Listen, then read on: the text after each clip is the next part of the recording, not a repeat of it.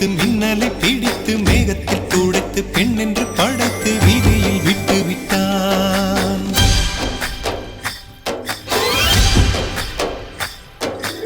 இப்படி இன்னொரு பெண்மையை படைக்க தன்னிடம் கற்பனை தீர்ந்ததை எண்ணித்தான் பிரம்மனும் மூர்ச்சையுற்றான்.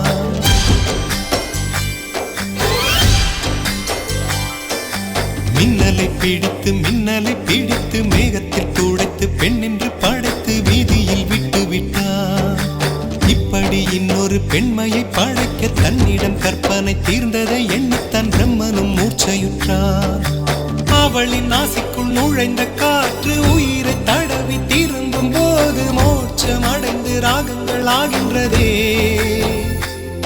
ஓஹோ, மழையின் துளிகள் அவளை நனைத்து மார்பு கடந்து இறங்கும் பொழுது முக்தி அடைந்து முத்துக்கள் ஆகின்றதே. மின்னலை பிடித்து மேகத்தில் துடைத்து பெண் என்று படைத்து வீதியில் விட்டு விட்டான்.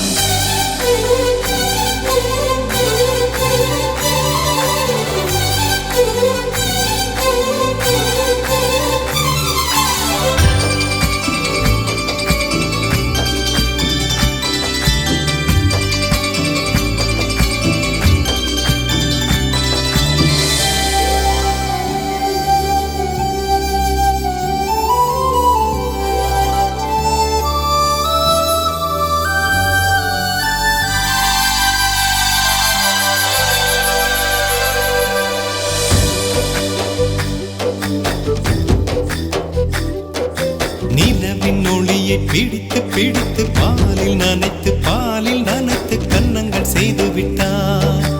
உலக மலர்கள் பறித்து இரண்டு பந்துகள் அமைத்து பெண்ணை சமைத்து விட்டான்.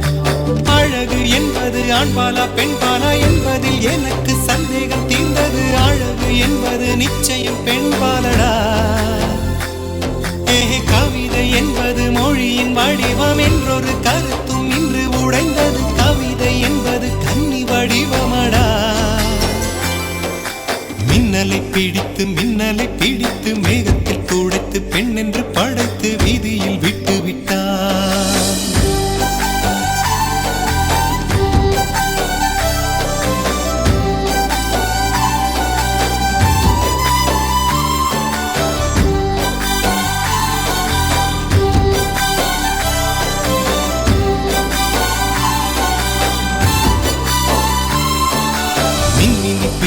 மின்மினி பிடித்து கண்களில் பதித்து கண்மணி கண் பறித்தாள்.